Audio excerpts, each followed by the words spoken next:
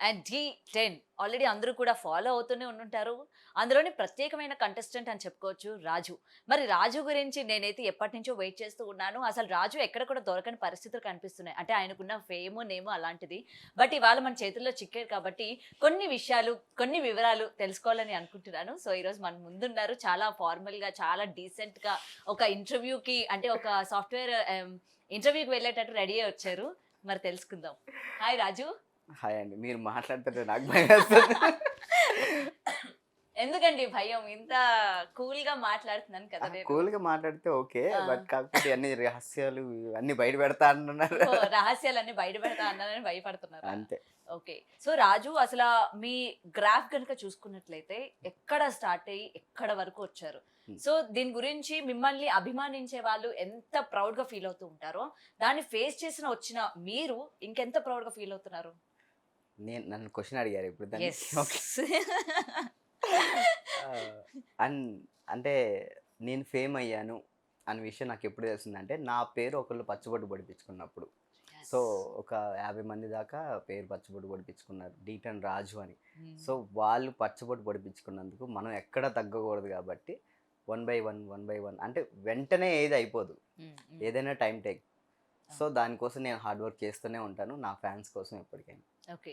So, పచ్చబొట్టు అన్నారు. పెద్ద పెద్ద హీరోలకి పచ్చబొట్లు పొడిపించుకునే ఫ్యాన్స్ ఉన్నారు అనంటే, అవును.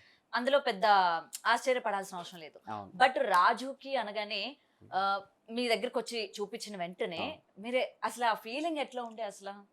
అంటే నార్మల్‌గా మన ఇంట్లో వాళ్ళు అంటే తెలిసిన వాళ్ళు ఇలా పచ్చబొట్టు పొడిపించుకున్నా, అరే మనోడు మనకొకలా ఫీలింగ్ వస్తది. అంటే అవును. సొంత మమ్మీ, డ్యాడీ అయినా గాని. హ్మ్. అలాంటిది నిన్నెవ్వరో గూడా తెలీదు. నన్ను చూడను అవును. గూడా చూడలేదు ఆళ్ళు. అలాంటిది నా పేరు పచ్చబొట్టు పొడిపించుకునేసరికి నాకు ఆల్మోస్ట్ ఏడ్చిన.